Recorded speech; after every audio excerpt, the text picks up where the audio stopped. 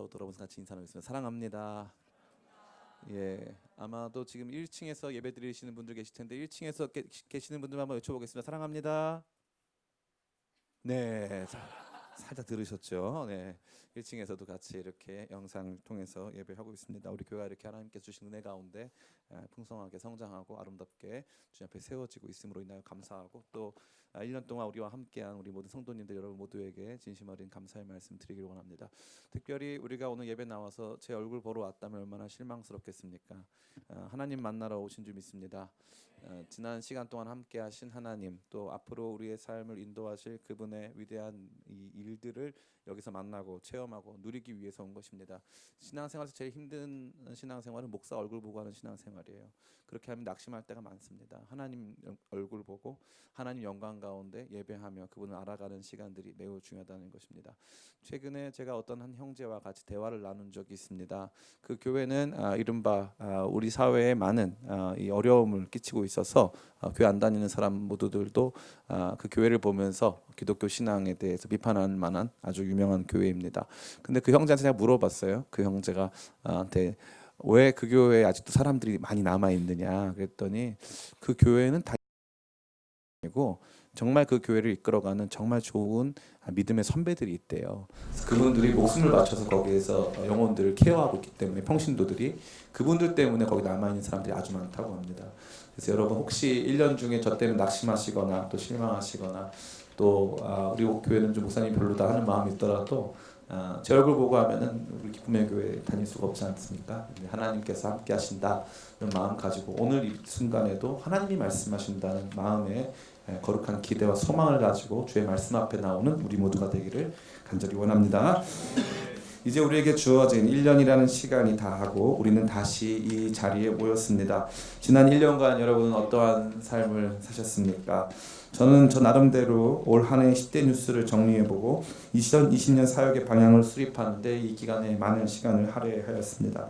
아마도 여러분들께서도 여러분 각자의 삶에 주어진 시간들을 돌이켜보고 또 미래를 다시 한번 설계하고 계획하는데 시간을 보내셨으리라 생각이 듭니다. 담임 목사로서 힘든 것들이 여러 가지가 있지만 그 중에 한 가지 바로 한 해 주제를 정하고 그 주제를 이렇게 잘 가꾸어서 발표하는 일이 되겠습니다.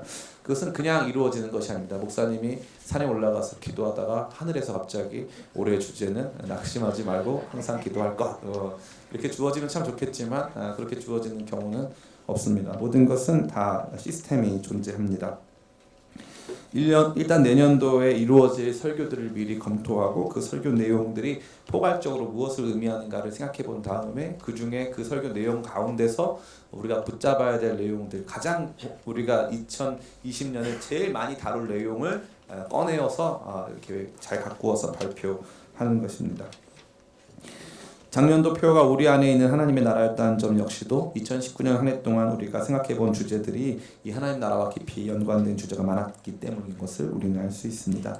2020년 주제는 그러한 과정을 거쳐서 항상 기도하고 낙심하지 말 것이라고 정해보았습니다. 이 부분에서도 아마 우리가 누가복음의 이야기 속에서 예수님께서 요청하시는 믿음의 모습이 바로 이러한 모습이다라고 제가 앞으로 증거할 것이기 때문에 정한 것을 여러분이 또 아시게 될 것을 알고 있습니다.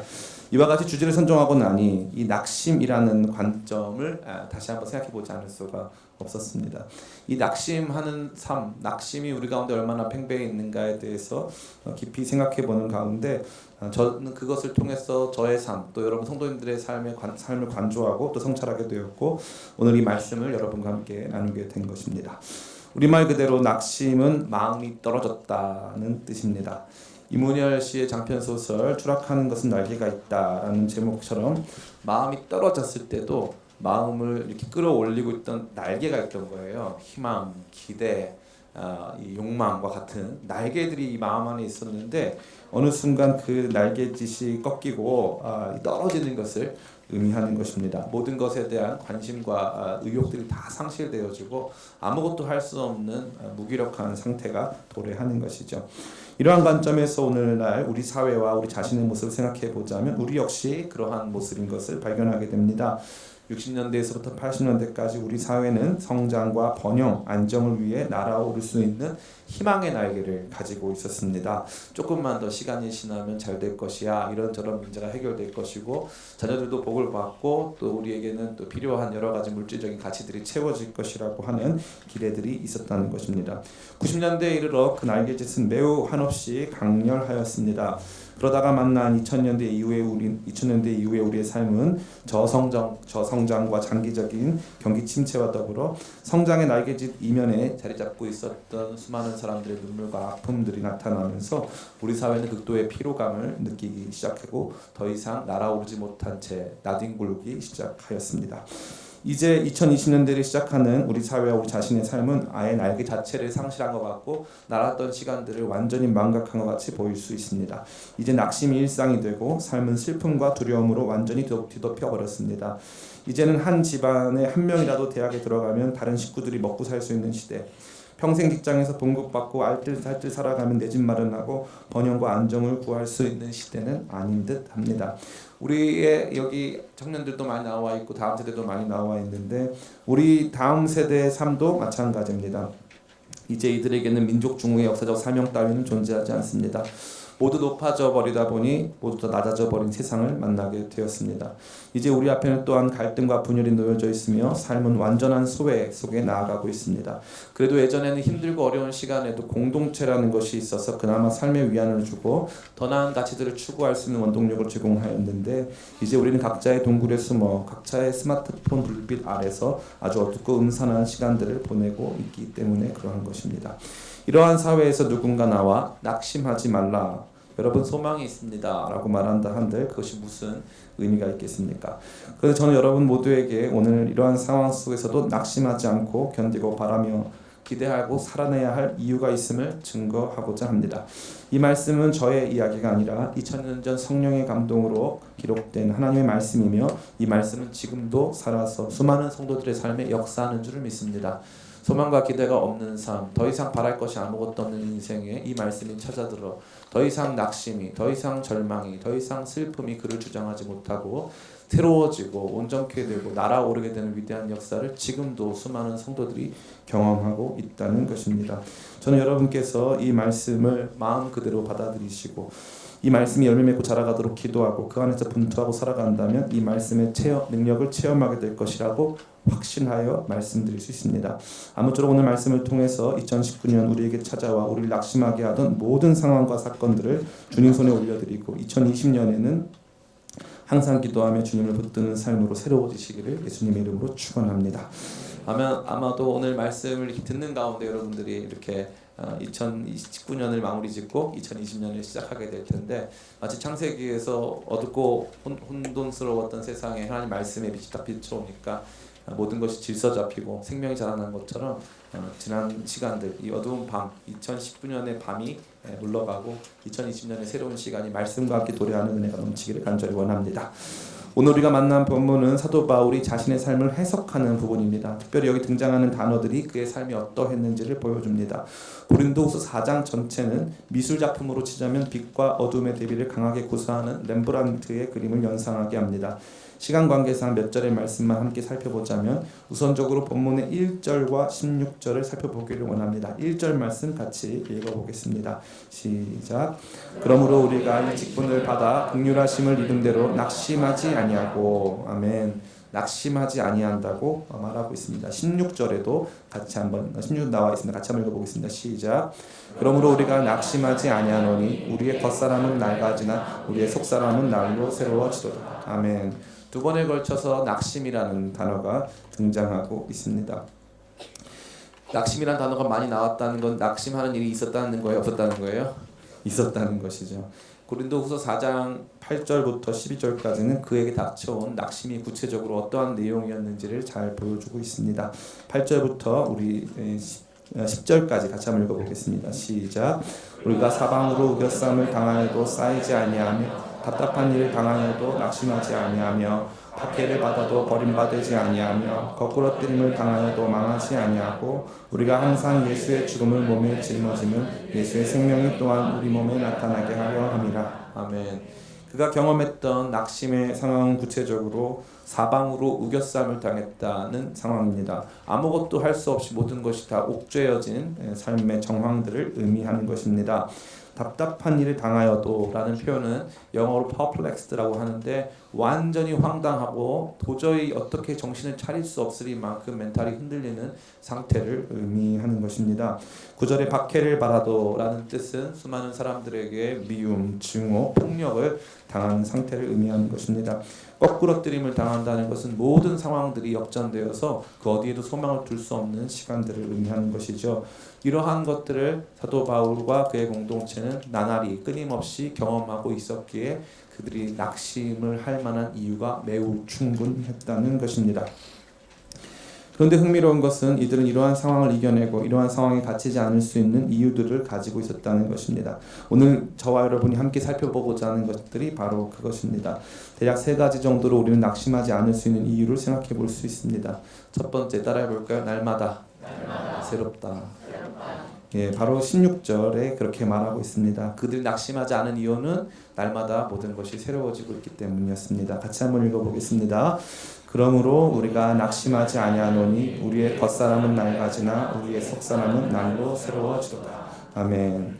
아마도 오늘 밤처럼 우리가 우리의 낡아지는 겉사람과 또 우리의 새로워지는 속사람에 대해서 이야기하기 좋은 밤이 없는 것 같습니다. 얼마 전에 초대문화부 장관을 지내신 이어령 박사님께서 이런 말씀을 하신 적이 있어요. 젊은이는 늙고 늙은이는 죽는다. 이 표현을 하신 적이 있습니다. 참 얼마나 와닿는 말인지 모르겠어요. 젊음이라고 하는 시간들은 다하여가고 조금씩 이 우리의 겉에 있는 육신의 여러 가지 기능들과 상태들은 처음에 가지고 있었던 그 생기발랄한 모습들을 잃어갑니다. 또 이렇게 나이가 많으신 분들은 조금씩 우리의 삶의 시간들이 다하고 있다는 것을 직면하는 순간을 많이 보게 된다는 것이죠. 저는 개인적으로 이 말이 참 명언이라고 생각합니다.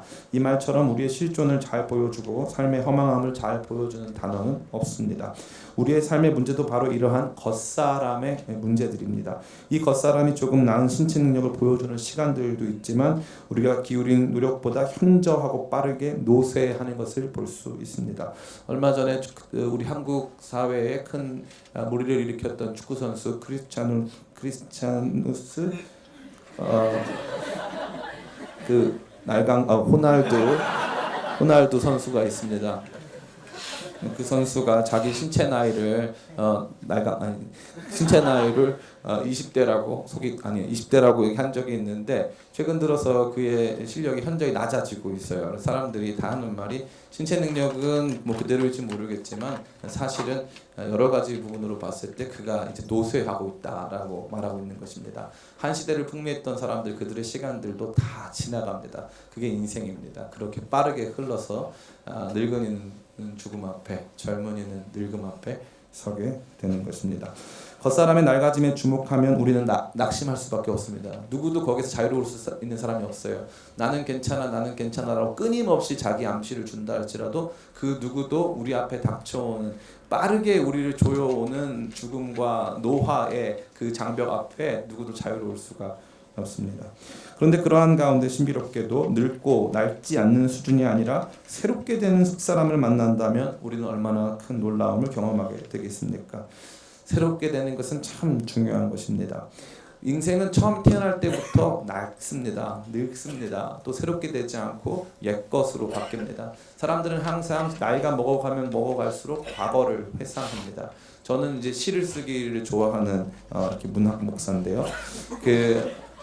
봄에 이렇게 꽃이 피면은 봄의 색이 있어요. 근데 가을에 나뭇잎이 봄의 색을 흉내내는 것 같아요.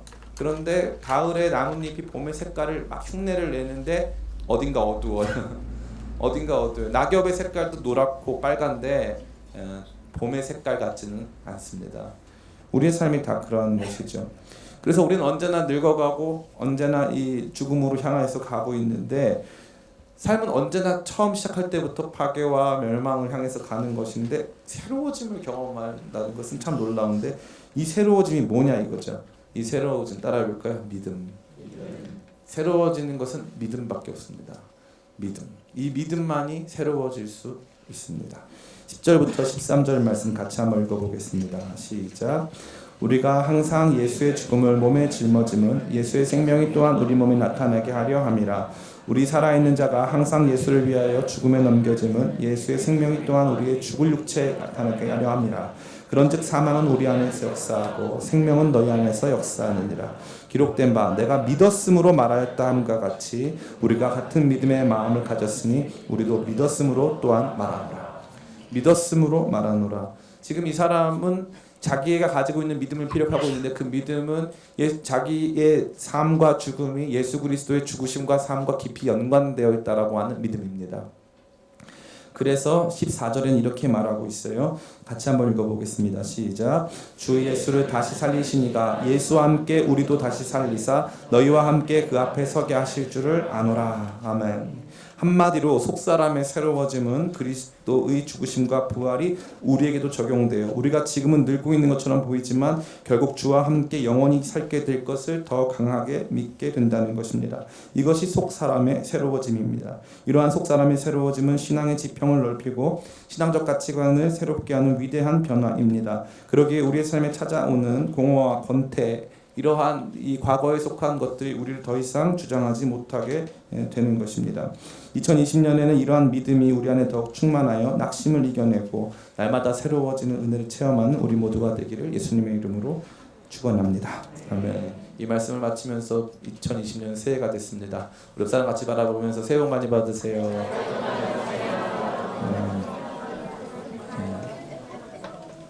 딱 설교가 지루해지던 순간이었습니다. 첫 번째, 우리가 날마다 새로워짐을 경험했다면 두 번째, 낙심하지 않아야 할 두 번째 이유는 바로 고난과 영광의 비교 때문입니다. 고난을 이기는 가장 큰 힘은 고난에도 끝이 있다는 것을 믿는 것입니다. 고난을 자세히 살펴보고 그것이 얼마나 우리에게 머무를 수 있는지를 봐야 합니다. 성경 속에 등장하는 모든 경건한 사람들은 다 고난을 받았습니다. 고난받지 않은 성경 속의 등장인물은 없습니다.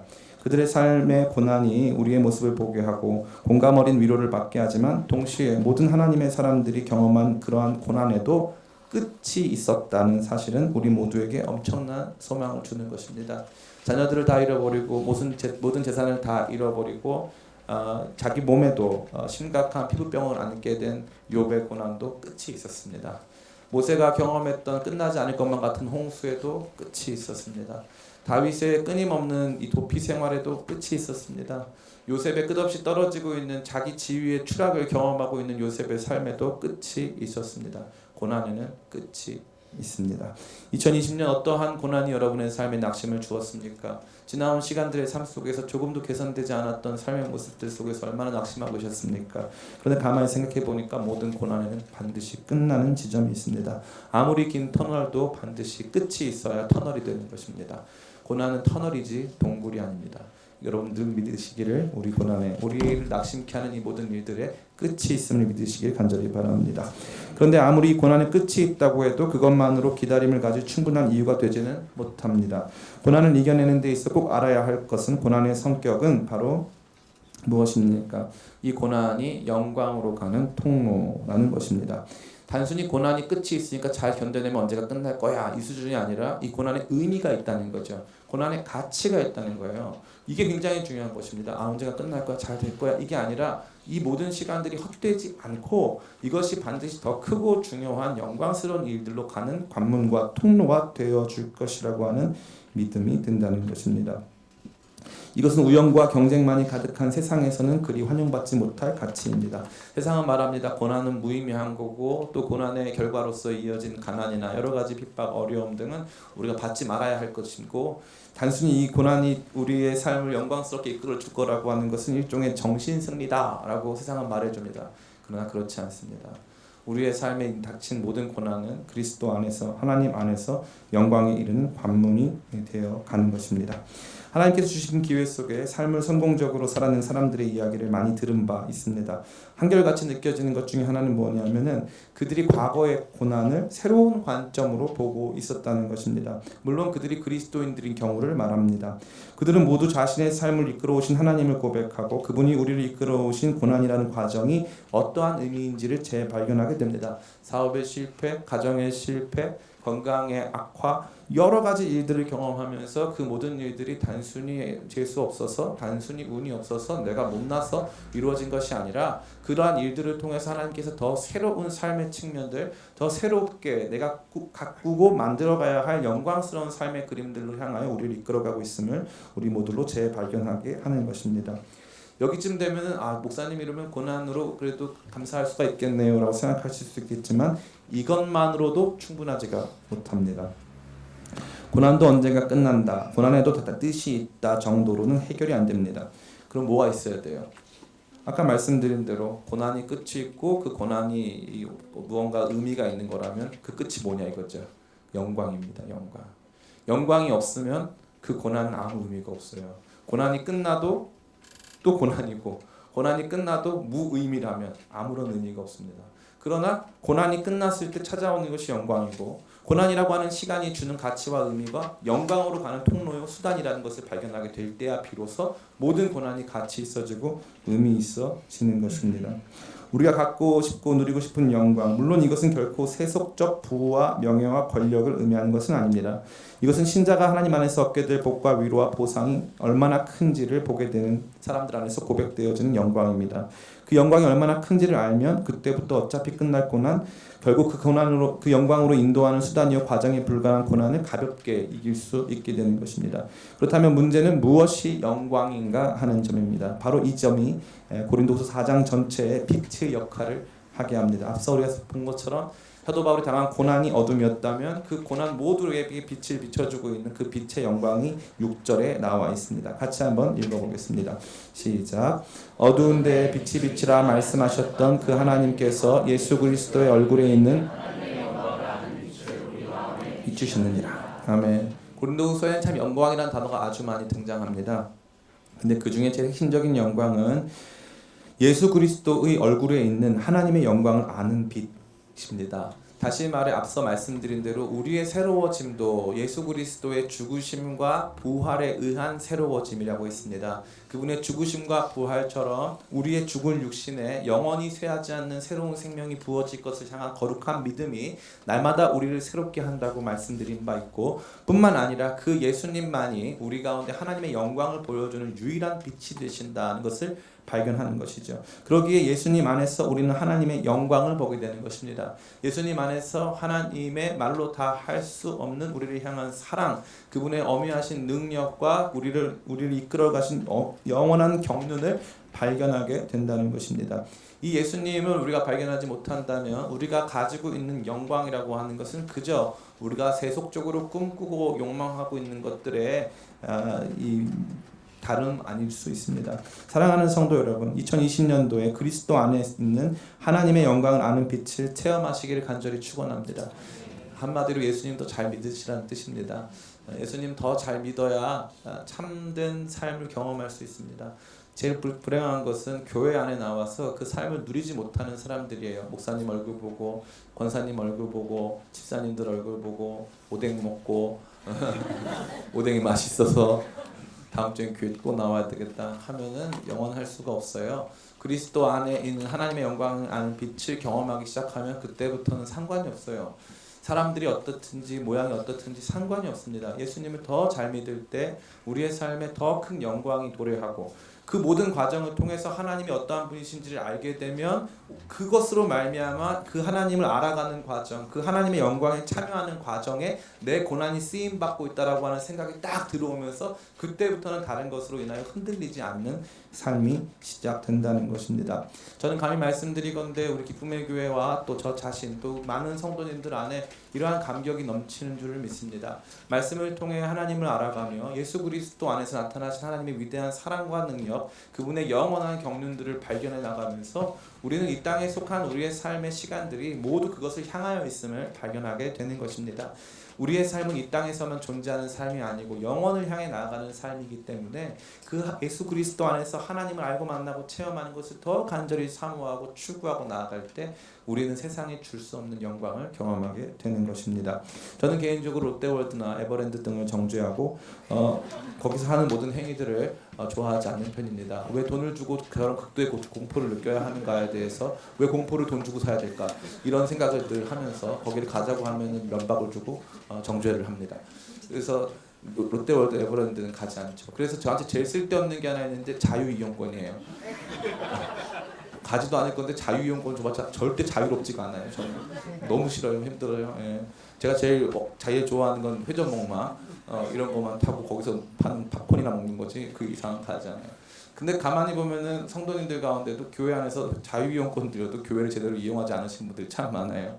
교회 안에서의 자유이용권, 그리스도 안에서 하나님의 영광을 경험하는 거거든요. 그 영광의 빛으로 우리의 고난과 삶의 이야기들을 풀어내는 거거든요. 그럼 보이는데 그러면 왜 이 고난이 나한테 지금 주어졌는가가 보이는데 자꾸 우리가 못 보는 게 뭐냐면은 이 고난이 그저 이 땅의 문제로만 보이기 시작하면 해결이 안 돼요. 해결이 안 돼요. 근데 그리스도 안에 하나님의 영광, 그분을 알아가기 위해서, 하나님의 마음을 알아가기 위해서, 그분의 영광스러운 모습에 참여하기 위해서, 그분의 영원하신 사랑의 모습을 닮아가기 위해서 우리에게 이러한 고난과 아픔과 시련을 주셨구나 하는 것들을 발견하게 되면 그때부터 우리가 가지고 있는 영광의 크기가 얼마나 큰지를 보게 되고, 그것은 어떤 고백으로 나오냐면 고난은 가벼운 거구나, 영광이 크고 무거운 것이었구나를 발견하게 되는 것입니다. 2020년도의 영광의 크고 무거움을 발견하는 우리 모두가 되기를 간절히 축원합니다.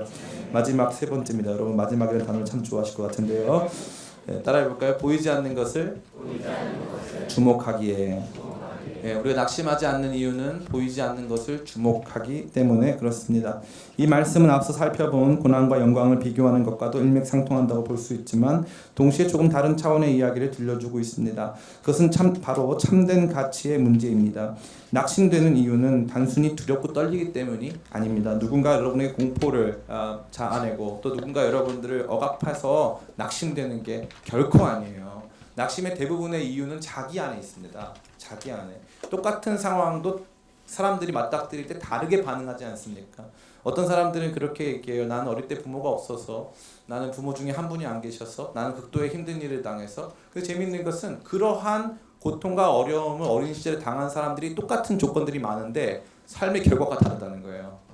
삶의 결과가 달라요. 이 말은 무슨 뜻이냐? 낙심은 다시 말해 우리 마음이 툭 떨어지고 아무것도 못하게 되는 엄청난 무기력에 빠지는 중요한 이유는 나한테 있다는 거예요.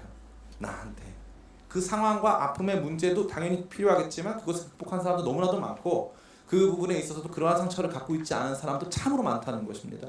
그러니까 상황이나 주변 사람들에게 이 문제를 탓할 것이 아니라 정작 나의 문제에 이것이 있다는 것을 발견하게 되는 것이죠.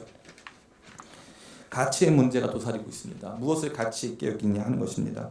학생들은 공부의 문제, 사회인들은 경제적인 문제와 사회 지위의 문제, 권력의 문제, 또 사회 속 구성원으로서의 개인은 관계적 문제, 또 신체를 가지고 살아가는 모든 자연인들은 건강의 문제, 노화와 아름다움, 힘의 문제를 가지고 있습니다. 또한 우리 모두가 다 파악하지 못한 마음을 가지고 있는 인간 내면과 관련된 문제들이 얼마나 많이 있습니까? 욕망과 쾌락의 문제, 허영과 사치의 문제, 질투와 복수의 문제 등을 가지고 있다 할 수 있습니다. 이 모든 문제들을 한 가지 방향으로 정리하자면 그 모든 것은 눈의 문제입니다. 눈의 문제. 이것은 우리가 가지고 있는 이 육신적인 눈, 육안을 의미하는 것이 아닙니다.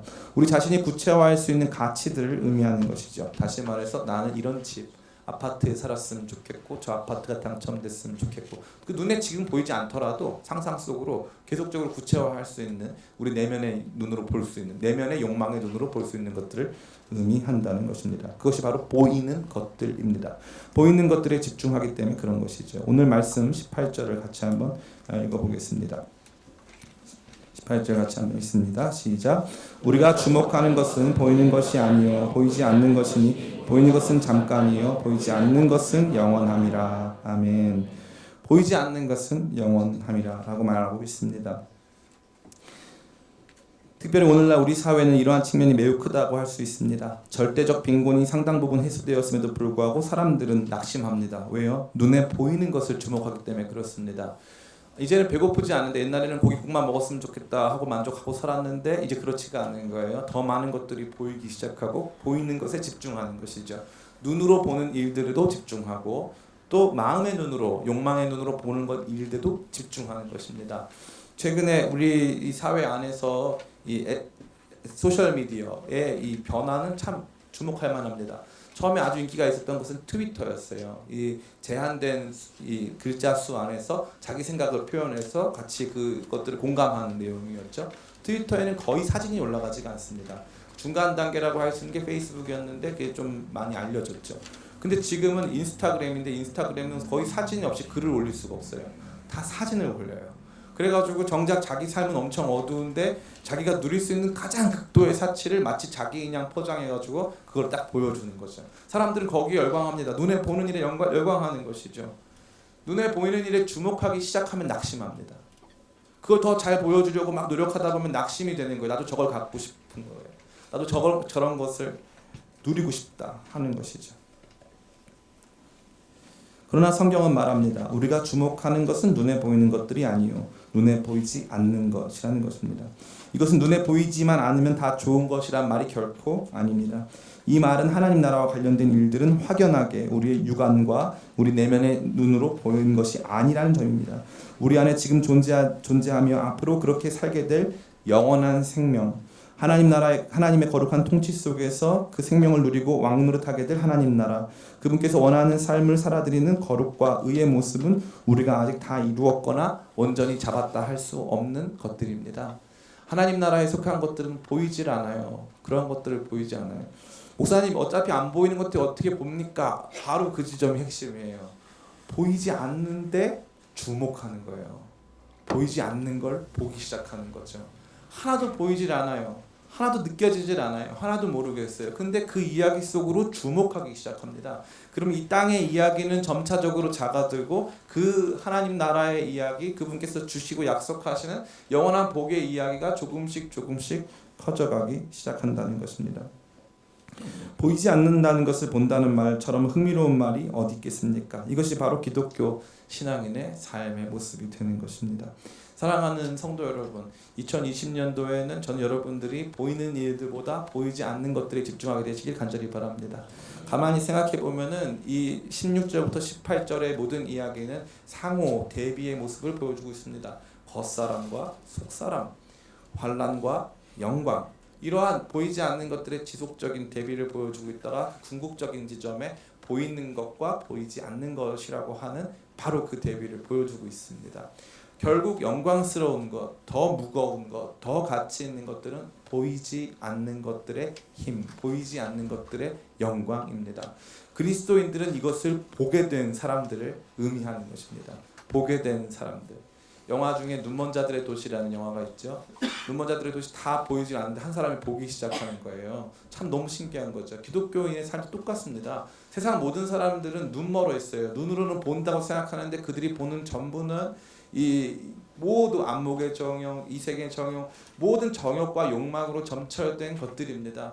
눈으로 보는 모든 것들을 갖고자 하고 누리고자 하는 잘못된 욕망에 점철되어 거기에 눈멀어 있는 사람들, 욕망에 눈멀어 있는 사람들 중에 갑자기 주님께서 우리 가운데 찾아오셔서 네가 거듭나지 아니하면 하나님 나라를 볼 수 없느니라 말씀하신 그 주님께서 호련히 바람같이 우리 가운데 찾아오시는 성령님 우리 가운데 부어주셔서 보이기 시작하는 거예요.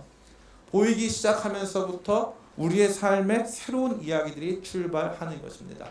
이제 말씀을 다 마칩니다. 2020년 표어는 항상 기도하고 낙심하지 말 것이라고 정해보았습니다. 이것은 예수님께서 우리에게 주시는 강력한 명령이면서 동시에 따뜻한 권면이기도 합니다. 살면서 낙심되는 일들이 너무나도 많습니다. 사방에 우겨싸움을 당하거나 답답한 일을 만나거나 박해를 받거나 거꾸러뜨림을 당하는 일들이 우리의 삶에 일상적으로 펼쳐지고 있습니다. 그때 우리 참된 그리스도인들이 그러한 낙심을 이겨내는 방식은 단순히 다른 보상이 좀 더해지는 것이 아닙니다. 돈이 좀 더 생기고 삶의 건강이 좀 더 생기면 나아진다. 절대 그렇지 않습니다. 제가 누누이 말씀드리지만 악당은 몸이 건강할수록 머리가 좋을수록 더 나빠요. 더 나쁩니다. 악당은 몸이 건강하면 건강할수록 힘이 세면 셀수록 더 나쁜 거죠. 하나님을 떠난 사람이 건강하면 건강할수록, 하나님을 떠난 사람이 똑똑하면 똑똑할수록, 하나님을 떠난 사람이 지혜롭고 이 모든 것들에 탁월하면 탁월할수록 그가 가지고 있는 악이 더 커지는 것입니다. 그러기에 주님께서 저와 여러분에게 이 모든 시간들 낙심을 이기게 하는 다른 방식은 없습니다. 거기에 그냥 만족하게 하시지는 않는다는 것이죠. 우리 주님께서는 대신 다른 방법을 사용하십니다. 예수 그리스도를 주목하게 하고 그리스도의 죽으심과 부활의 능력을 보게 하셔서 결국 죽을 이 육체 가운데 영원히 죽지 않은 예수 그리스도의 생명이 조금씩 자라나는 것을 보게 하는 것이죠. 새로워지는 일들이 시작된다는 것입니다. 뿐만 아니라 영광과 환란을 보게 하는 것입니다. 하나님 나라에 속한 아름답고 찬란한 영광의 이야기들을 듣게 하셔서 이 땅에서 우리 경험하고 있는 이 환란 어차피 끝날 것이고 영광의 통로와 수단이 되어버린 이 환란이 내게 그렇게 중요한 의미와 가치를 가지진 않는다. 결국 이 모든 것들을 날 영광으로 이끌어가고 있다라고 하는 마음의 기쁨과 소망을 허락하는 것입니다. 그리고 결국 눈에 보이는 것들은 중요하지가 않다라고 하면서 우리 자신의 삶을 새롭게 하는 것이죠. 최근에 저는 저희 어머니로부터 전화를 받았습니다. 저희 어머니는 올해 이제 77살이 되셨는데 어머니가 저한테 말씀하시기를 비전이 생겼다는 거예요. 그래서 비전이 뭐냐 했더니 본인을 저 인도나 아프리카에 갖다 버려달라는 거예요. 그럼 거기서 평생 선교를 하다가 거기서 돌아가시겠다. 그래서 저는 굉장히 저한테 삐지셨나? 또 제가 연락을 자주 안 드려서 그런 건가? 나이 먹으면 어린아이가 된다는데 막 이런 생각을 했어요. 그런데 저희 어머니가 뭐라고 하시냐면 나 심장이 뛰어. 그 생각을 했더니 심장이 뛴다는 거예요. 내 겉사람은 날마다 낡지만 속사람이 날마다 새로우니까 속사람이 조금씩 영원한 생명에 기대어 가기 시작하면서부터 영광을 체험하면서부터 우리의 삶에 주어진 삶의 시간들 다른 이야기보다 그리스도를 위한 삶의 이야기들이 더 가치 있고 영광스러운 것을 발견하면서부터 심장이 뛰기 시작하는 것이죠. 그리고 보이지 않는 것들에 대한 가치를 발견하게 되는 것입니다. 저는 지난 토요일에 그러한 행사를 했어요. 한 선교사가 저 이스탄불 터키 지역에서 순교를 당했습니다. 한국인 선교사인데 복음을 전하다가 밤늦게까지 터키 청년들과 이제 밤에 카페에서 대화를 하고 또 진리의 말씀을 나누고 있는데 나갈 때 이제 괴한이 와서 이 몸을 칼로 막 난자했어요. 그래가지고 목숨을 잃었어요. 우리 김진욱 선교사. 근데 그 딸이 아빠가 죽은 지 며칠 후에 태어났어요. 뱃속에 아이가 있었던 거죠. 그러면서 제가 느낀 게 있어요. 기독교인의 삶이란 무엇일까? 그러면 제가 여러분들에게 오늘 인기 많은 설교를 할 수 있었거든요. 어떻게 하면 되냐 하면은 여러분 영적으로 우리가 새로워집니다 하고 모호하게 끝내면 돼요. 영적으로 날마다 새로워집시다. 이렇게 하면 할렐루야 아멘 하고 끝나면 됩니다. 뿐만 아니라 영광이 훨씬 큽니다. 하나님께서 많은 것 갚아주실 겁니다. 하면 끝나는 거예요. 그리고 뿐만 아니라 보이지 않는 것들에 주목합시다 하면 맞아 보이지 않는 것들이 있죠. 그럼 끝나는 거예요. 그런데 그 중심에 그리스도의 죽으심과 부활이 있다는 것을 말씀드리지 않으면 가짜예요. 그리스도 없는 복은 없어요. 예수님의 죽으심과 부활이 우리에게 날마다 늙고 병들고 노쇠해가는 우리에게 영원한 생명을 주는 것이고 그리스도 안에서 약속된 하나님의 영광을 아는 빛이 저와 여러분으로 하여금 영원히 바꿀 수 없는 그 빛의 영광, 하나님의 영광을 보여주는 것이고 그리스도 안에서 보게 된 우리의 마음의 눈이 보이지 않는 것들을 주목하게 해서 이 땅에 보이는 것보다 더 가치 있는 것들을 보게 하는 것. 그러니까 오늘 설교의 결론은 따라해볼까요? 예수 잘 믿자. 예수님 제대로 믿으시기 간절히 축원합니다. 예수님 제대로 믿는 2020년. 그래서 더 이상 낙심할 필요가 없어지는 것을 경험해서 2020년 마지막 때쯤 되면 목사님 하신 말씀이 무슨 말인지 알겠어요. 아마 지금 제가 설교한 내용 대부분의 분들이 이해 못하실 거예요. 그런데 2021년을 맞이하는 2020년 송교시 때 와서 목사님 하신 말씀이 무슨 말인지 100% 이해했습니다. 바로 그거군요. 하고 저는 고백하고 간증하는 성도님들이 많아지시기를 그렇게 2020년 낙심 없이 거룩한 힘과 소망 가운데 살아가게 되시기를 예수님의 이름으로 축원합니다. 우리 잠시 같이 기도했으면 좋겠는데 딱 한 가지 제목만 놓고 기도합시다. 주님, 예수 잘 믿게 도와주세요. 나를 위해서 이 땅 가운데 오신 십자가를 지시고 죽으시고 부활하시고 승천하신 그 예수 그리스도를 깊이 묵상함으로 그 안에서 세상이 줄 수 없는 영광을 발견하고 그 안에서 보이지 않는 것들, 그 보이지 않는 약속들을 보게 되는 위대한 삶의 변화. 그래서 사방으로 우겨싸움을 당하고 답답한 일을 당하고 박해를 받고 거꾸러뜨림을 당하여도 그 무엇도 나를 완전히 낙심시킬 수 없는 거룩한 소망과 믿음으로 나를 인도하여 주시옵소서. 이러한 제목 가지고 잠시 같이 기도하겠습니다. 아버지, 그렇습니다. 오늘 이 귀한 말씀 참 어렵고 힘들게 준비했습니다. 우리 성도님들이